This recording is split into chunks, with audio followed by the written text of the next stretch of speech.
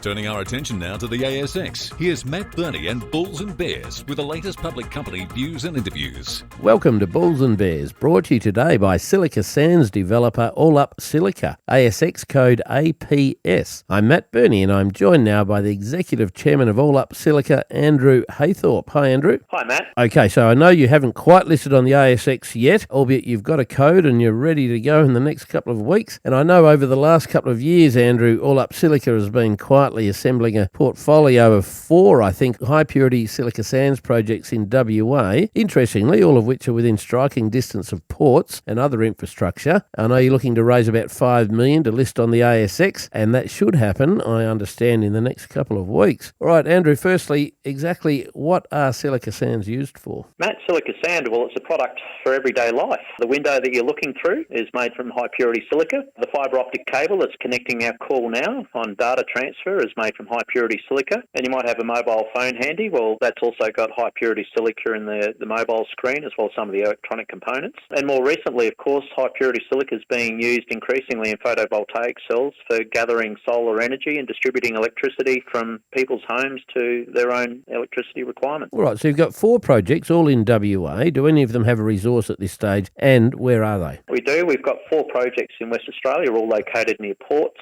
and the lead project, if you like, which is simply the first one that we started work on last year. We've got a 73 million tonne inferred resource there on our first drill campaign, effectively, and we're focused on moving that forwards, gathering further information and advancing that, as well as the other projects that we've more recently added to the company. What are the 4 ports that you're next to? 4 ports is Esperance, Albany, Bunbury, and funny enough, Wyndham up in the far north. Okay, now, look, I know grade is king when it comes to silica sands. How do your various projects stack up in terms of grade? Firstly, what's the grade at the one that you've got a resource on, and what sort of grades are you seeing across the others? Well, in terms of Unicut, one of the ones in the south where we've got the resource, the grade there is just the raw grade, so this is sand as you sort of grab it in your hand without doing any cleanup, is over 96% pure. All of the projects that we've picked on the basis of not just the silica purity, but also the ease at which they can be cleaned up in a high purity product. So whilst we've got 96, 97, sometimes 99% purity just on grab samples of what we've seen initially, we also see the potential to simply wash